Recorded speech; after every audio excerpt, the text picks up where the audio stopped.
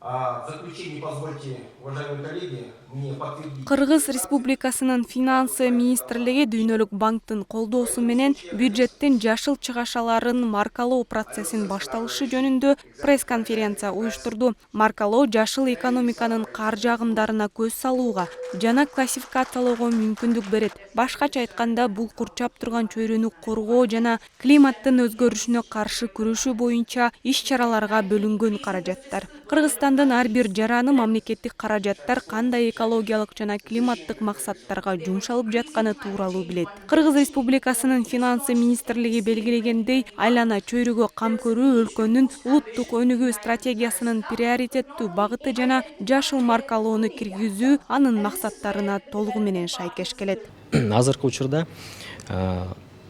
убактылуу тартип жашыл чыгашалар боюнча иштелип чыккан. Иштелип чыгып, азыр болсо пилоттук иштер жүрөт. Биринчиден бул эки пилоттук мекеме аныкталган. Биринчиден бул болсо өзгөчө кырдаалдар министрлиги жана жаратылыш ресурстар министрлиги болуп аныкталган. Октябрь айында биринчи результаттар, жыйынтыктар чыгат. Азыркы учурда биз ушул жашыл чыгашаларды аныктап, тышкы карызды экология алмаштыруу боюнча инициативага жардам берет деп биз күтүп жатабыз.